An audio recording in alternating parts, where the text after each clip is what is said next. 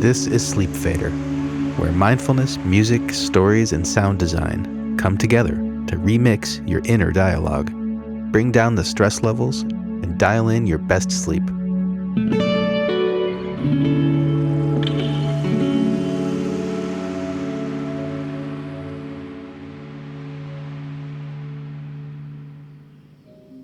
Hey, it's Jeff. Thanks for meeting me here in the Sleep Fader Lounge. The very top of the fader, you might say, where we begin winding down our day. This part of the program is also a good time for you to do whatever you need to do to get comfortable. Sometimes it takes a little while to really sink into a good, restful position. A little adjustment here and there until things feel just right. And then we can start to let go of whatever occupied us today, or whatever it is that may or may not be waiting for us tomorrow. Putting all of that away may take a few minutes before we're ready to approach sleep. And that's fine. This is just one way that Sleep Fader is different from other sleep programs. We don't just leap right into sleepy time. We take our time, easing our way over toward it. For more about the Sleep Fader way, visit sleepfader.com. You can donate to help keep the show going, or just send me your impressions of the show, which I'll really appreciate. And if what you're hearing here is working for you, and I hope it is, please subscribe. Today I had lunch with an old friend, an old bandmate of mine actually, and an author. Along with writing some very fine novels and stories, my friend also happens to study martial arts. Anyway, he was telling me about his karate teacher, who had recently shared what he called a theory of readiness with his class. The gist of it is simple enough.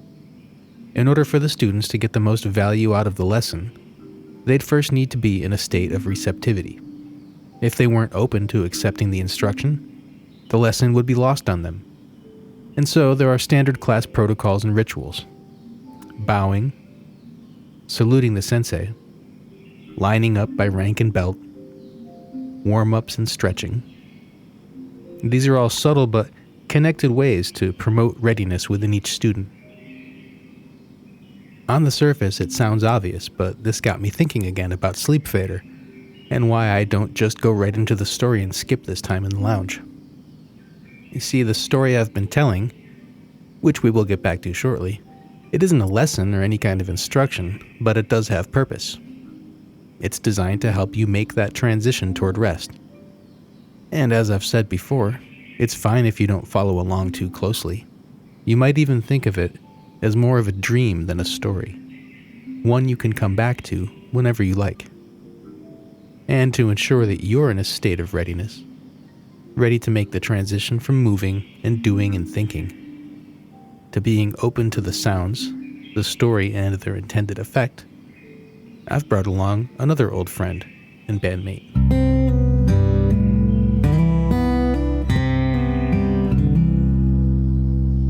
The guitar you're hearing now has been part of my life for a very long time. And I've been told that my simple arrangements on this now vintage instrument can have a calming effect. So, if you would, try turning your attention to the sound of my strings. Notice the sounds made by the movement of my hands between the notes for just a few moments.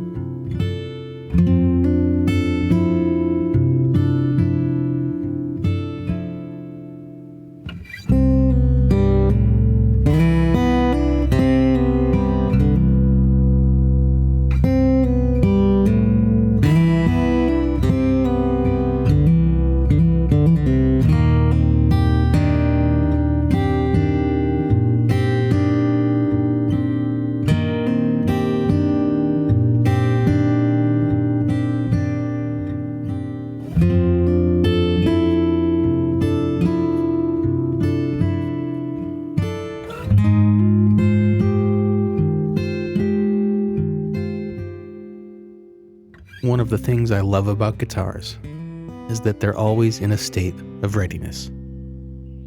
The trick is being open, being receptive to whatever gifts they have to offer in the moment.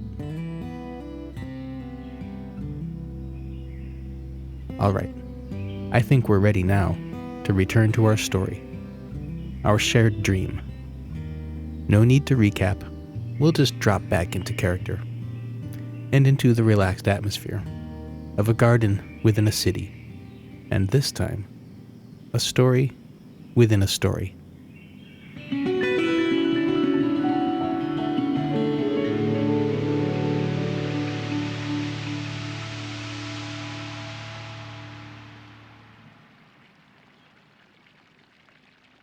Some places demand your full attention the moment you arrive, like Iceland's Gullfoss, a waterfall so commanding, so authoritative, so omnipresent, that you really have no choice but to yield to the spectacle.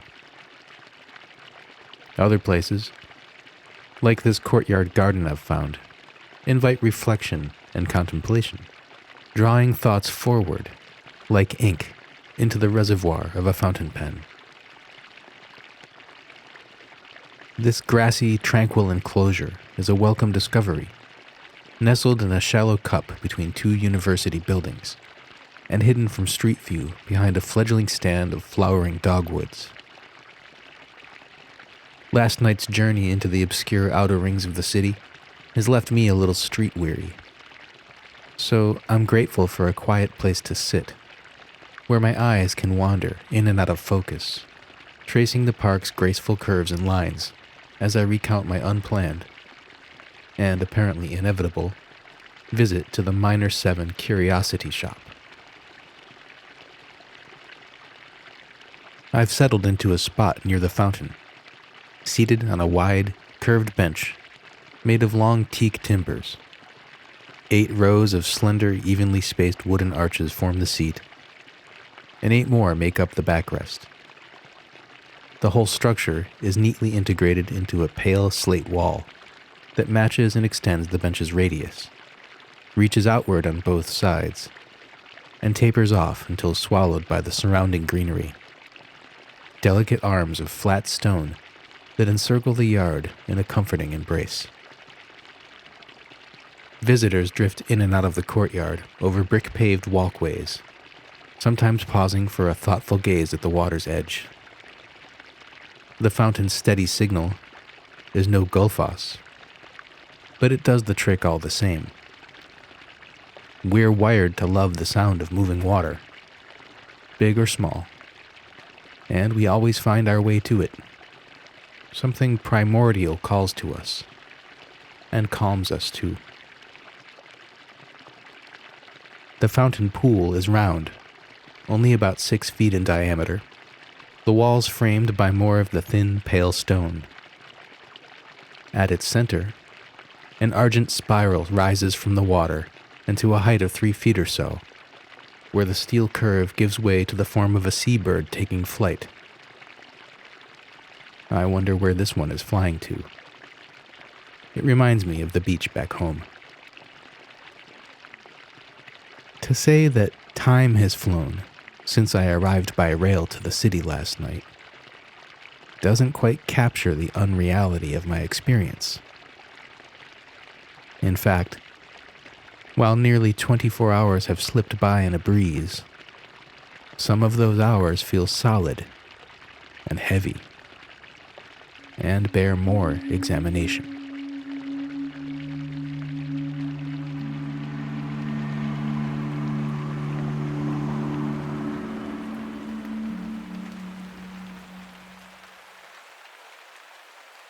I came to the entrance of the Minor 7 Curiosity Shop at around 20 past 10. My jacket glistened with a misty sheen. The solid wood door, painted a lustrous black, was at the street level of a 3-story brick townhouse. Both the door and the building were old. Dents and dings in the door's finish showed many layers passed over years and decades. In one deep groove, I saw at least 3 distinct shades of red, some browns, even a bright turquoise. My quick search for the shop's address had produced a street number of 37, and here, nailed to the door, were 2 brass numbers. Only the 3 was turned 90 degrees to the left, so that it more or less resembled a lowercase letter M. Minor 7. Clever. There was no more obvious signage out front, but the shop window's mesmerizing display suggested that I had found the right place. Behind the wide glass plate was a life-size diorama, a stage setting in an old-time jazz club, sometime in the 1940s. From where I stood on the narrow cobblestone walk, the perspective was from the back of the stage, looking out from just behind the drummer's throne. Before me was a small 3-piece drum kit with pearloid shells and a gleaming ride cymbal. To my left, an imposing double bass leaned against an ornate upright piano. To my right, a tenor sax lay in an open case lined with plush, royal blue fabric. And at center stage, a spotlight illuminated a gleaming, silver Electro-Voice ribbon microphone on a slim metal stand, its cable snaking down and around the bass and out of sight. Facing me, beyond the equipment and the instruments, and completing the immersive illusion of the nightclub, was an exquisite mural painted in photorealistic detail, which blocked any view to the shop beyond. In truth, all reality was obscured as I fell into the mural's thrall, where dim amber globes hung low from the ceiling and washed the club in a quiet golden bloom. At the bar, socialites in suits and gowns clinked martini glasses and tumblers with the common folk. Closer to the stage, an audience of jazz sophisticates conspired over cocktails at small round tables covered in red velvet cloth. This rendering was so convincing, so immersive, that I was temporarily spellbound. I could feel the thump of the bass drum beneath my foot. I could smell cigars, whiskey, and beer. Could hear the inviting jangle of glassware on trays. Could hear laughter, animated dialogue, and the whispered secrets of the customers. And the band? My band. I could hear them too.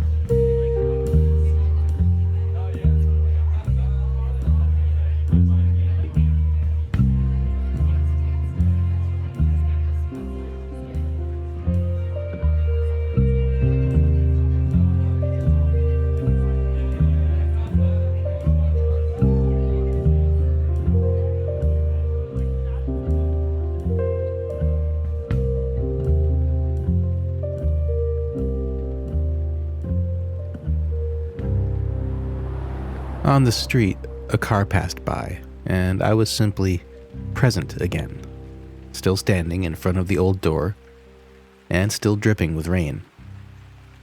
I brushed off some of the wet, gripped the worn and pitted brass handle, and pushed. A small bell hung from the door jamb, announced my arrival. I stood at the threshold, my eyes adjusting slowly to the shadowy interior. It wasn't a large shop by any measure, but it felt large. The floor was uncluttered, with no tables or wares on display. The shop was flanked on both sides by shelves that soared high toward a ceiling I couldn't quite see through the gloom. As I crossed the polished floorboards, the shelves in my periphery displayed neat arrangements of white and gray boxes in various sizes. But when viewed directly, if I rested my focus in any one area, the view changed to shelves filled with what I can only describe as artifacts, some modern and some very, very old. and some of unknown time or place. I reached a simple glass countertop behind which the shopkeep was stationed. He too was old. He stood straight and true, though, relaxed and comfortable in his place, slowly polishing a monocle on a silver chain with a worn crimson cloth. A small and tired-looking transistor radio lay atop the glass counter, but only a steady stream of noise came from its single speaker. This didn't seem to bother the shopkeep. Through the counter, I saw a collection of radios, again some old, some more familiar, and others I could not recognize. Just as I was about to make my introduction, the shopkeep smiled and raised a finger, silencing me. He walked around the glass countertop and pointed to the wall of shelves on my right, 3 rows up. A guitar case, black leather with silver piping and, again, very old. I was going to ask if he wanted help getting it down, but with a gesture he silenced me again, nodded his head, and retreated back to his spot behind the counter where he resumed his polishing. Maybe it was a latent effect of the diorama outside, or the gentle, persistent static flowing from the radio's little speaker, or just my mood after walking in the rain for so long. But I decided to allow for this silent dialogue a little longer. Sometimes, it's best to let people warm up to us in their own time, in their own way. I brought down the case, heavy with its contents, carefully avoiding the surrounding objects. I laid it on top of the glass case and raised an eyebrow at the old man. Well, now what? Settling the monocle into his left eye, he turned the case on the counter and began working the latches. Each made a soft click, one after the other. Then, with unexpected fluid ease, he turned the open case toward me. And yes, inside was a guitar. But where one would expect to find a worn spruce top, I found myself instead staring into another reality. In one world, my feet were steady on the shop's wooden floorboards. My hands rested solidly on the glass countertop as I peered down into the case. In another, I was back on the beach, following the footsteps of 2 figures who would alternately appear and disappear. A woman in a sun hat and her young child.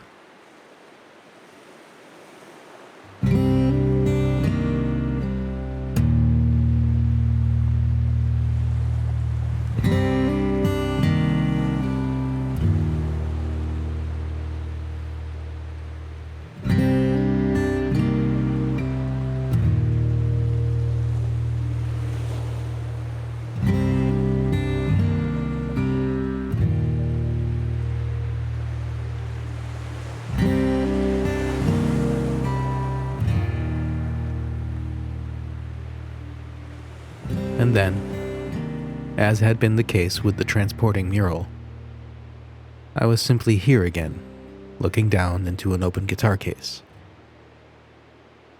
On the counter, the radio beamed its steady signal.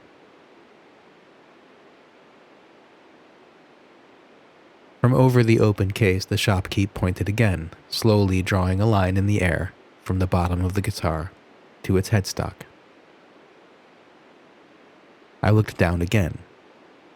The top appeared to be made of the same onyx stone as the guitar pick I'd found on the beach. There was no sound hole, only the smooth, flat surface. Silver lines and forms rippled and danced across its plane, which, for now, seemed solid again. The fretboard was made of some kind of dark wood, though I couldn't tell you what kind, and it was free of any inlays or markings. The frets themselves were more of that silver-threaded black stone. I followed the strings up to the headstock where, at the very top, was a small impression in the wood, barely an eighth of an inch deep, in the shape of a rounded rectangle. I went to reach into my pocket and discovered that I was already holding the pick. Without hesitation, I reached into the case and placed the strange charm that I'd been carrying into the carved impression. It left my fingers with a slight magnetic pull, fitting perfectly. Tranquility swelled within me then, a great ease. Together, the shopkeep and I sighed deeply. Gently, reverently, he closed the case and again, one by one, worked the latches. A simple glance toward the shelves was enough of a cue for me to place the case back in its place among the other artifacts. When I turned back, the shopkeep had resumed his steady polishing of the monocle, as though nothing unusual at all had happened. Just another rainy night at the Minor 7 Curiosity Shop, I suppose. Well, it wasn't just another night for me. I had arrived at the shop carrying more than one curiosity of my own. And so it came to me to present the shopkeep with the drawing of the woman in the sun hat, walking along the shore with her daughter. I unfolded the paper placemat carefully and flattened it onto the counter.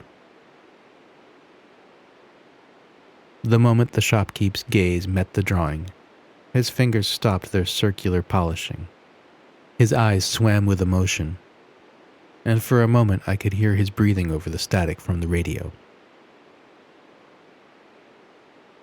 His eyes never left the drawing, as the monocle went into one pocket, and from another he produced an old leather wallet. Again, without averting his eyes, he fished among the old receipts and paper money. Then, having found what he sought, the old man presented a small sepia-toned photograph. It was worn and scuffed around the edges, but the image was still very clear and sharp. The same woman. The same girl. The same beach.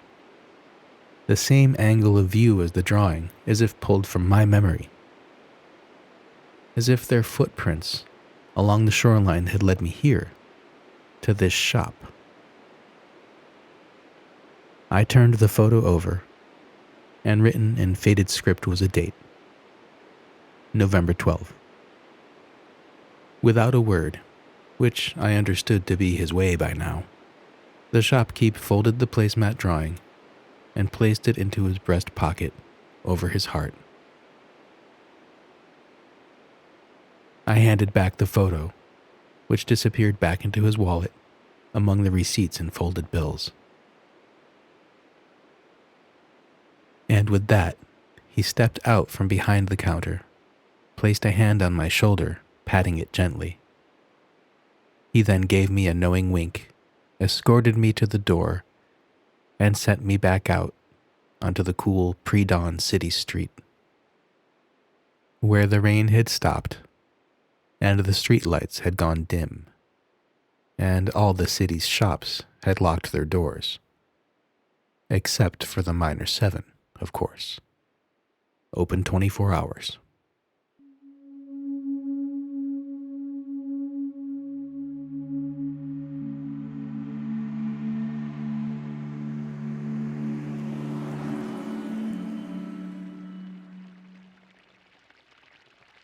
Sitting here, some few hours later, on this fountainside bench, I still have unanswered questions about the figures whose footsteps I followed on the beach, which led me to the guitar pick in the sand.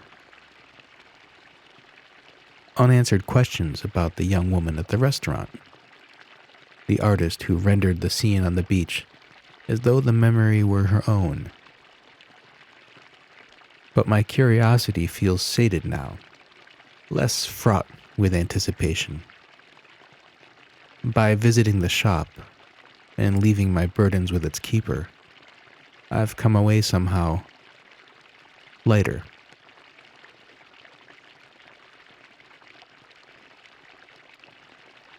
I think I'll just sit here for a while, watching passers-by and enjoying this lightness while the fountain hums its gentle, steady tune. It's no roaring waterfall, but it suits the moment just fine.